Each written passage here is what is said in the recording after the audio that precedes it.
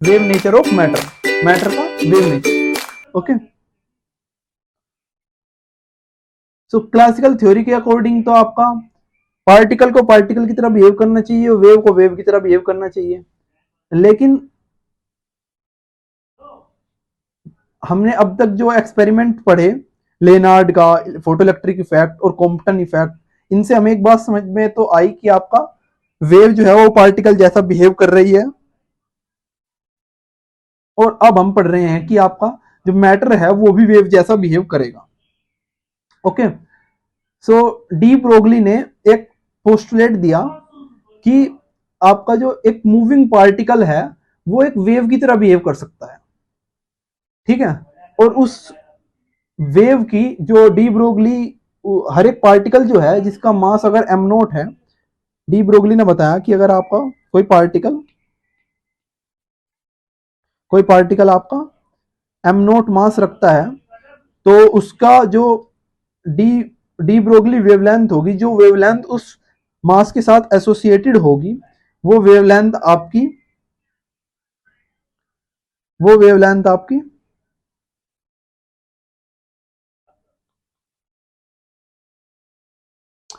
वो वेवलेंथ आपकी de Broglie wavelength होगी। दैट इज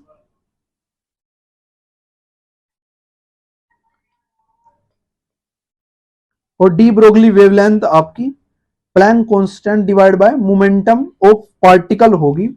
ओके, और मोमेंटम ऑफ पार्टिकल को हम relativistically moving mass into velocity कह सकते हैं, moving mass into velocity. So moving mass into velocity कह सकते हैं हम। ओके, और मूविंग मास हमें पता है कि rest mass multiplied by Lorentz factor होता है ना, Lorentz factor into V, not the C but the V, V is the velocity of particle, है ना, V is the velocity of particle, कि पार्टिकल किस वेलोसिटी से चल रहा है। सो ये आपका डी ब्रोगली वेवलेंथ के लिए रिलेशन है कि डी ब्रोगली वेवलेंथ जो है आपकी वो Planck constant divide by momentum of the particle, moving particle, and moving particle का momentum relativistically moving mass multiplied with velocity of the particle होगा। सो इसलिए हमें ये इक्वेशन मिली। तो ये आपका डी ब्रोगली का पोस्टुलेट था। ओके, सो इसमें जो गामा है आपका वो लोरेंज फैक्टर है, और उसकी वैल्यू मैंने पहले भी आपको इस लेक्चर की सीरीज में बताई है कि वो 1/√1 minus V square by C square होगी, and V is the velocity of the particle again. Okay, और ये जो आपका डी ब्रोगली का ये जो हाइपोथेसिस था, इसे एक्सपेरिमेंटली भी वेरीफाई किया गया डेविसन और जर्मर एक्सपेरिमेंट के द्वारा, जो कि हम आने वाले लेक्चर्स में पढ़ेंगे। ओके, और अब इस एक्सपेरिमेंट से हमें वेव नेचर जो है आपका, वेव नेचर जो पार्टिकल का है उसके बारे में हमें पता समझ में आता है ना। और इस हाइपोथेसिस को या पोस्टुलेट को डेविसन और जर्मर एक्सपेरिमेंट से एक्सपेरिमेंटली भी डिटेक्ट कर सकते हैं, है ना। लेकिन अगर आप देख रहे हो कि वेवलेंथ इनवर्सली प्रोपोर्शनल है मोमेंटम के, या फिर हम कहें कि वेवलेंथ इनवर्सली प्रोपोर्शनल है मास के, तो अगर कोई हैवी पार्टिकल होगा, यानी कि अगर आपका लार्ज पार्टिकल होगा तो उसका वेवलेंथ बहुत छोटा हो जाएगा and it will not be easy to detect, तो वो आपका डिटेक्ट नहीं कर पाएंगे हम एक्सपेरिमेंटली। और अगर आपका मास कम होगा तो आपका वेवलेंथ ज्यादा होगी और हम उसे एक्सपेरिमेंटली डिटेक्ट कर पाएंगे। इसलिए जो आपके छोटे पार्टिकल्स है, इलेक्ट्रॉन वगैरह, उनके लिए हम उनकी डी ब्रोगली वेवलेंथ को एक्सपेरिमेंटली वेरीफाई कर चुके हैं, लेकिन फॉर हैवी पार्टिकल्स हम ये काम नहीं कर सकते, है ना। जैसे आपका आपके जो ऑब्जर्वेबल्स है, जैसे आप सॉरी जैसे आपका समझो कि एक बॉल है जिसका मास आपका 1 kg या 2 kg है, तो उसका मास 1 kg और 2 kg बहुत ज्यादा है, तो उसकी वेवलेंथ जो है आपकी बहुत ही कम आएगी, और उसकी वेवलेंथ आपकी इन द ऑर्डर ऑफ आपकी प्लैंक कांस्टेंट आ जाएगी, 10⁻⁻34 में चली जाएगी, तो वो आपका इजीली डिटेक्ट नहीं कर सकते हम उसे, है ना। और उसके बाद आपका ओके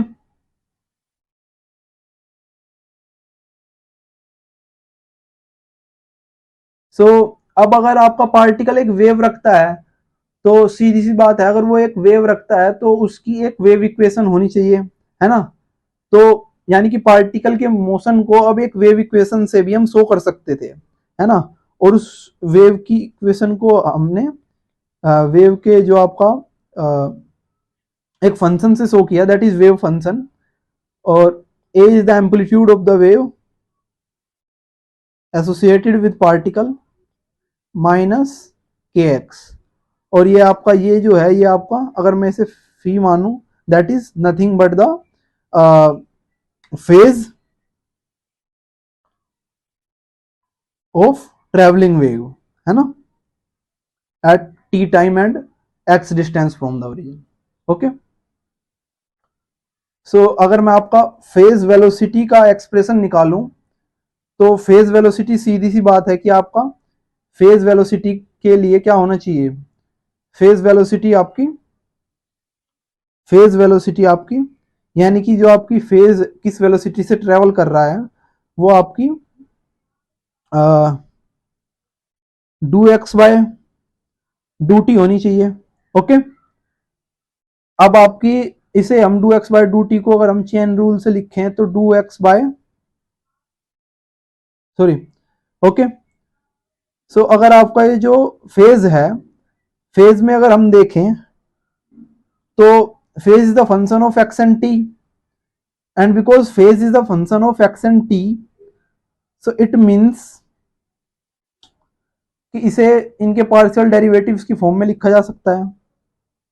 ओके तो it means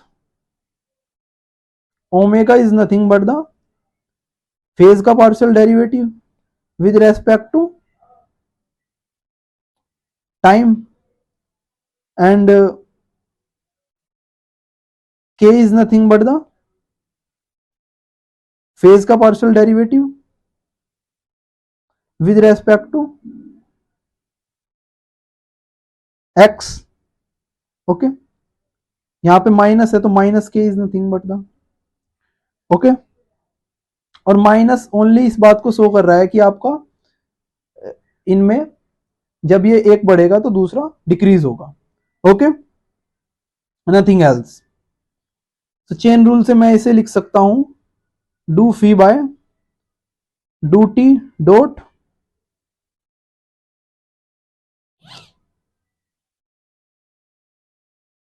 do x by d phi, है ना। और अगर मैं वैल्यूज पुट कर दूं, अगर मैं वैल्यूज पुट कर दूं तो मुझे मिलेगा, इसकी वैल्यू क्या है आपकी, इसकी वैल्यू आपकी ओमेगा है और इसकी वैल्यू आपकी के है, तो यानी कि आपकी फेज वेलोसिटी ओमेगा बाय के हुई। ओके और ये कैसे किया है ये आप मेरे डिफरेंशियल एमपी के जो लेक्चर्स है उससे पढ़ सकते हो। और अगर फिर भी अगर आप समझना चाहते हैं तो phi is the function of X and T. So अगर हम टाइम के रेस्पेक्ट में इसका पार्शियल डेरिवेटिव लेंगे तो बाकी सबको एज ए कॉन्स्टेंट ट्रीट किया जाएगा। सो टाइम के रेस्पेक्ट में जब हम लेंगे तो ये वाला पार्ट तो आपका जीरो हो जाएगा कंप्लीटली, और ओमेगा को भी एज ए कॉन्स्टेंट ही ट्रीट करेगा, ओमेगा बाहर हो जाएगा तो डू फाई आपका ओमेगा डू टी के इक्वल आ जाएगा। तो जब डिवाइड में आएगा तो आपका ओमेगा आ जाएगा, है ना। सो हमने यहाँ पे क्या किया है कि phi equals to omega T minus के एक्स। अब अगर मैं इसका पार्शियल डेरिवेटिव लूंगा विद रेस्पेक्ट टू टाइम तो मतलब मैं आपका इसका पार्शियल डेरिवेटिव लूंगा with respect to time omega t का, माइनस इसका पार्शियल डेरिवेटिव लूंगा विद रेस्पेक्ट टू टाइम। अब इसमें आपका टाइम नहीं है तो ये जीरो, इसमें आपका टाइम है और ओमेगा ओमेगा कांस्टेंट होगा तो उसे बाहर लिया जाएगा, और ये और do five by d T, तो ये आपका वन हो गया तो ओमेगा आ गया आपका do five by d T. Okay और इसी तरह से मैंने do five by do x भी निकाला है। ओके ओके, यहाँ पे माइनस साइन आया था, बस उस माइनस साइन बस आपका नेगेटिव चेंज को शो कर रहा है, ठीक है, और कुछ नहीं शो कर रहा। मैग्नीट्यूड आपका फिर भी फेज वेलोसिटी का सेम ही रहेगा। ओके, सो हमें मिला फेज वेलोसिटी का फॉर्मूला क्या है, ओमेगा बाय के। ओके, और अगर मैं ऊपर और नीचे एच क्रॉस से प्रोडक्ट कर दूं, h cross k h cross omega, h cross is nothing but the modified Planck constant, reduced Planck constant. तो बस मैंने प्लैंक कांस्टेंट को 2 पाई से डिवाइड किया है, और ये आपकी वैल्यू होती है, that is the expression for energy and that is the expression for momentum. Okay, energy is nothing but the H cross omega, या फिर आप कहो एच म्यू, और momentum is nothing but the H cross K, या फिर आप कहो H C by lambda, sorry H by lambda, H by lambda. Okay, so ये हमारा फेज वेलोसिटी का एक्सप्रेशन है। अब ये आपका, अगर हम आपका रिलेटिविस्टिक मास एनर्जी रिलेशन का यूज करें, तो अगर हमारा फेज वेलोसिटी का एक्सप्रेशन E बाय पी था, तो एनर्जी आपका रिलेटिविस्टिकली क्या होगी, लोरेंज फैक्टर प्रोडक्ट में आएगा एम नोट सी स्क्वायर अपॉन, और इसमें भी आपका लोरेंज फैक्टर आएगा एम नोट वी होगी, ये आपके कट जाएंगे, तो फेज वेलोसिटी आपकी सी स्क्वायर बाय वी होगी। ओके, और v को हम आगे चल के देखेंगे कि v is nothing but the v, अभी तो आपकी वेलोसिटी ऑफ पार्टिकल है क्योंकि मोमेंटम लिया गया है, तो मोमेंटम में आपका ये वेलोसिटी किसकी होगी, वेलोसिटी ऑफ पार्टिकल होगी, वेलोसिटी ऑफ पार्टिकल होगी। ओके, अब ये जो वेलोसिटी ऑफ पार्टिकल है आगे जाके हम देखेंगे कि that is the group velocity, और ये आपकी एक सिंगल वेव होने की जगह सुपरपोजिशन ऑफ वेव्स है ना, आपका एक वेव होने की जगह, एक सिंगल वेव होने की जगह आपका एक वेव पैकेट है। क्यों है वेव पैकेट, वो हमें यहां से भी समझ में आता है, क्योंकि अगर आप देखोगे कि फेज वेलोसिटी आपकी जो है हमेशा वेलोसिटी ऑफ लाइट से ज्यादा आती है, फेज वेलोसिटी आपकी लाइट से ज्यादा आती है। ओके, तो अगर आपकी फेज वेलोसिटी लाइट से ज्यादा है, अब ये लाइट से ज्यादा तो वेलोसिटी नहीं होनी चाहिए थी, ये आपका रिलेटिविटी यही कहती है कि लाइट से ज्यादा वेलोसिटी नहीं होनी चाहिए, क्योंकि कोई भी एनर्जी जो है लाइट से ज्यादा वेलोसिटी से ट्रेवल नहीं हो सकती, ट्रांसमिट नहीं हो सकती। तो इसका मीनिंग वो कि एक सिंगल वेव नहीं है, वो एक पैकेट ऑफ वेव्स है, ठीक है। तो वो फेज वेलोसिटी का कोई आपका फिजिकल सिग्निफिकेंस नहीं है, वो आपका मूविंग पार्टिकल, आपका एक सिंगल वेव के एक, अगर एक मूविंग पार्टिकल है और उसके वेव को शो कर रही है, तो उसमें एक सिंगल वेव नहीं होगी बल्कि एक वेव पैकेट होगा, तो वहां पे ग्रुप ऑफ वेव्स होगा और वेव पैकेट होगा, जो कि आपका सुपरपोजिशन होगा बहुत सारी वेव्स का, ठीक है। तो हम ग्रुप वेलोसिटी की बात करते हैं, ग्रुप वेलोसिटी। तो ग्रुप वेलोसिटी आपका कहां से आया कि वो एक वेव ना होगी बल्कि एक वेव पैकेट होगा, तो आपका वो डिफरेंट वेव्स का सुपर इम्पोजिशन होगा। समझो कि पहली वेव आपकी जो थी वो ए साइन ओमेगा टी माइनस के एक्स थी, और दूसरी वेव जो थी आपकी वो आपकी ए साइन, उसमें थोड़ा सा आपका ओमेगा में डिफरेंस आया और थोड़ा आपका के में डिफरेंस आया, दोनों के ओमेगा अलग अलग है, एंगुलर फ्रीक्वेंसी अलग अलग है ना, और वेक्टर अलग अलग है, wave vector.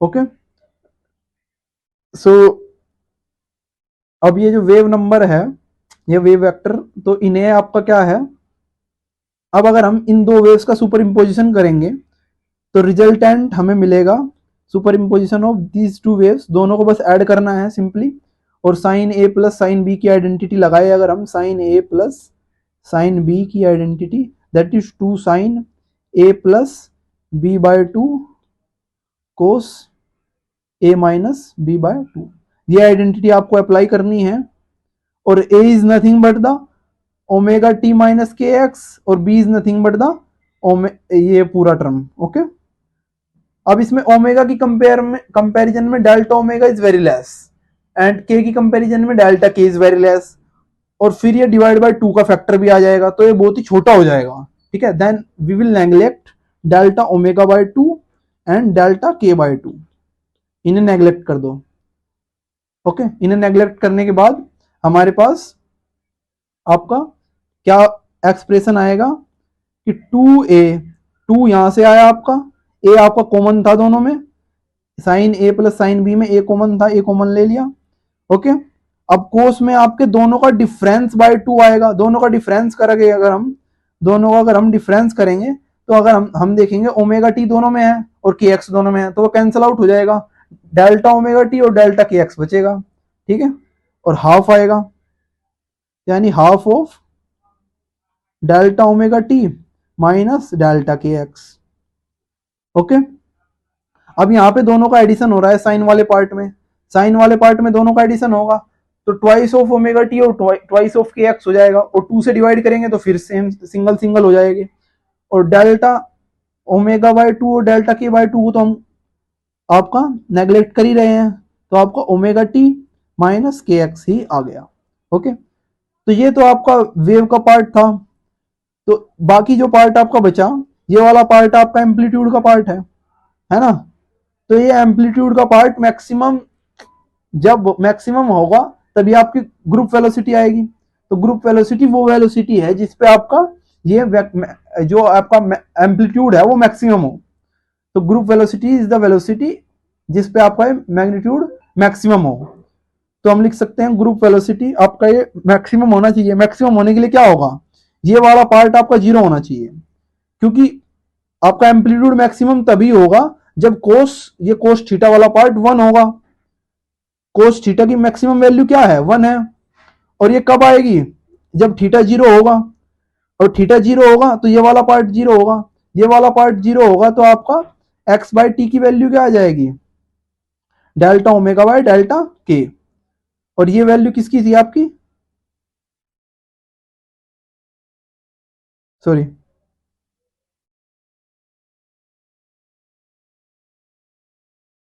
Okay, so it means हम कहा थे, तो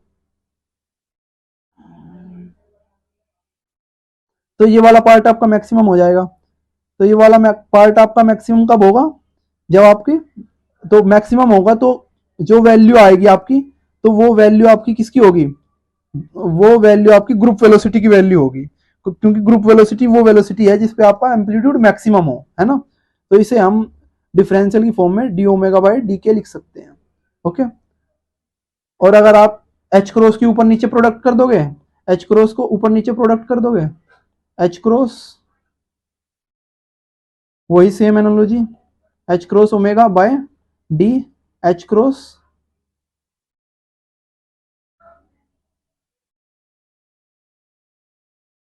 एच क्रॉस के, तो आपका v g v g equals to d E by d p बन जाएगा। ओके ओके,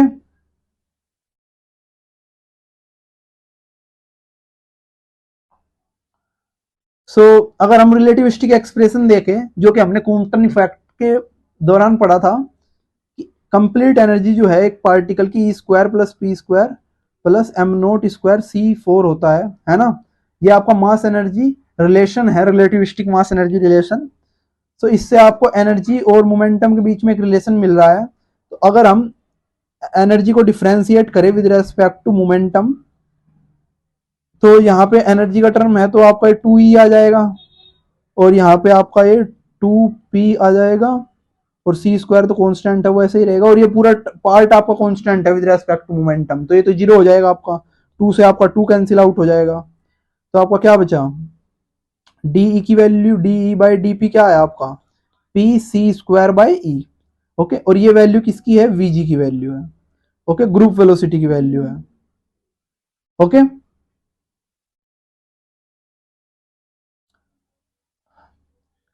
अब अगर हम यहाँ पे मोमेंटम और एनर्जी का रिलेटिविस्टिक फॉर्मूला लिख दे, मोमेंटम आपका क्या है, मूविंग मास इनटू वेलोसिटी, और एनर्जी क्या है, moving mass into C squared.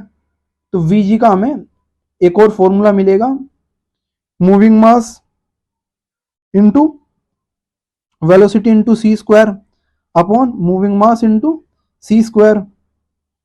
सो मूविंग मास से मूविंग मास कैंसिल आउट हो गया, सी स्क्वायर से सी स्क्वायर कैंसिल आउट हो गया। V is the velocity of the particle, क्योंकि मोमेंटम के लिए आपकी वेलोसिटी ऑफ पार्टिकल ही आएगी, तो ये पार्टिकल की फेज वेलोसिटी नहीं है, पार्टिकल की वेलोसिटी है, पार्टिकल वेलोसिटी, पार्टिकल वेलोसिटी।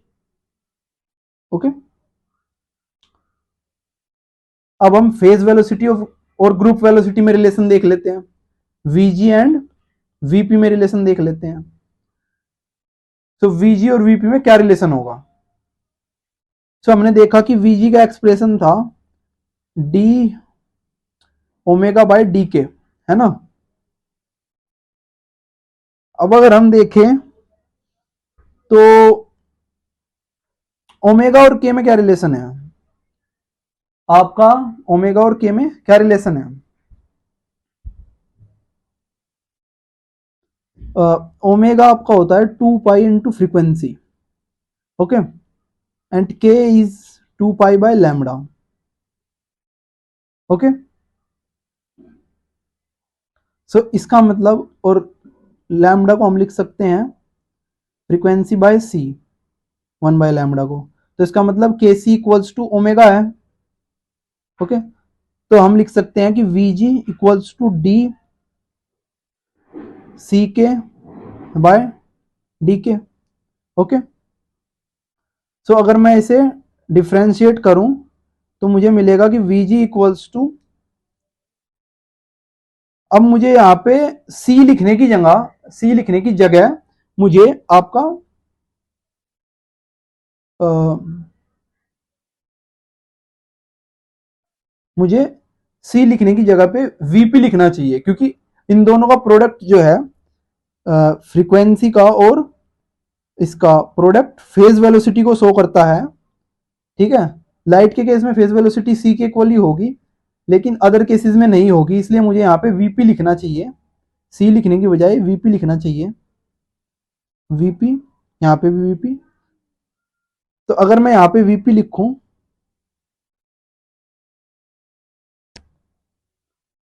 तो वीपी आपका, जब मैं के, अगर यहाँ पे आपका प्रोडक्ट रूल लगाऊंगा, प्रोडक्ट रूल सॉरी, यहाँ पे पहले पी को डिफ्रेंशिएट करूँ, के को डिफ्रेंशिएट कर रहा हूँ डी के रेस्पेक्ट में, आफ्टर दैट प्लस, हाँ प्रोडक्ट रूल ही है ये आई थिंक, हाँ प्रोडक्ट रूल लगाऊंगा। आफ्टर दैट मैं वीपी को डिफ्रेंशिएट कर रहा हूँ विद रेस्पेक्ट टू के, तो ये आपका 1 हो गया, तो we ji equals to v p plus k d VP by d k, okay. So ये रिलेशन आ गया आपका वीजी और वीपी में, ओके। अब ये के टर्म्स में है, मैं इसे लैम्डा के टर्म्स में convert, K equals to 2 pi bye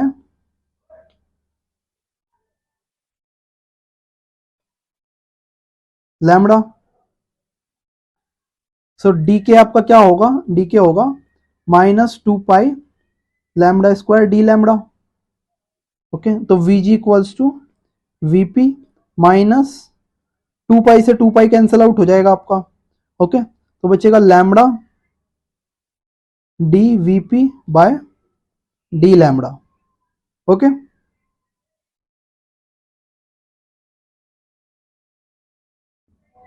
सो ये आपका लैम्डा के टर्म्स में रिलेशन आ गया, ओके। अब अगर आपका नॉन डिस्पर्सिव मीडियम है,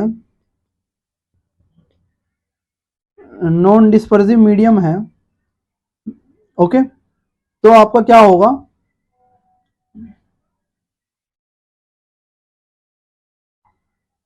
तो आपका ये जो फेज वेलोसिटी में आपका वेवलेंथ के साथ कोई चेंज नहीं आएगा, फेज वेलोसिटी का जो चेंज होगा वेवलेंथ के साथ वो आपका 0 होगा, कोई चेंज नहीं आएगा अगर नॉन डिस्पर्सिव मीडियम है तो, ओके। सो तो इसका मतलब वीजी भी आपका वीपी के इक्वल होगा, क्योंकि ये डेरिवेटिव तो इक्वल हो गया, ओके।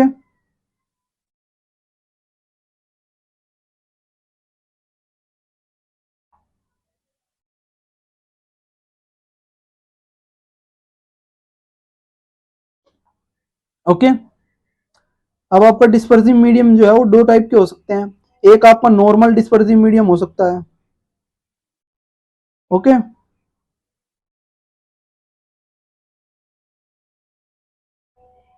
ओके,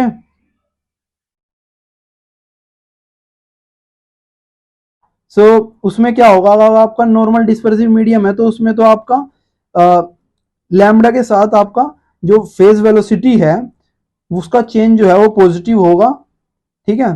चेंज पॉजिटिव होने का मतलब है कि आपकी अगर यहाँ पे पॉजिटिव वैल्यू आएगी और उसे लैम्बडा के साथ प्रोडक्ट करके माइनस करेंगे वीपी में से, तो मतलब आपका सीधी सी बात है कि आपकी वीपी की वैल्यू ज्यादा रही होगी, तभी तो वीजी कुछ माइनस करके आ रहा है, तो आपका वीजी की वैल्यू कम होगी वीपी से, ठीक है।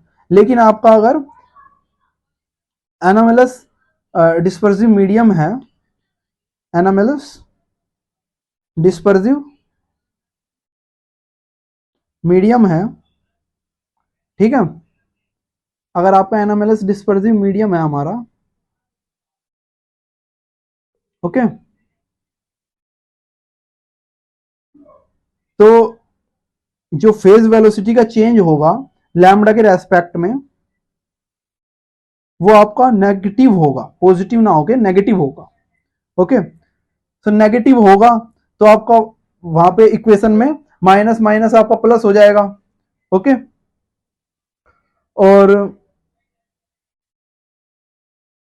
और जब हम वीपी में कुछ VP plus lambda into something करके कुछ आ रहा है, ओके, तो इट मीन्स आपका वो क्या है,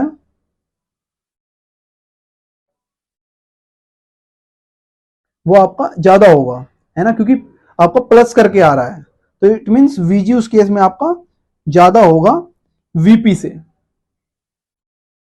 ओके।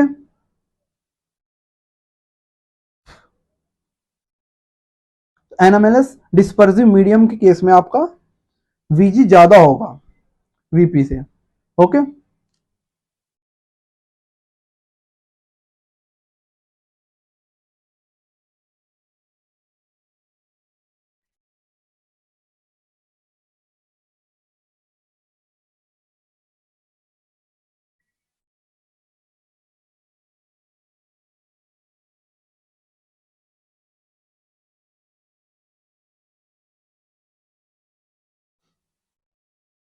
ओके, सो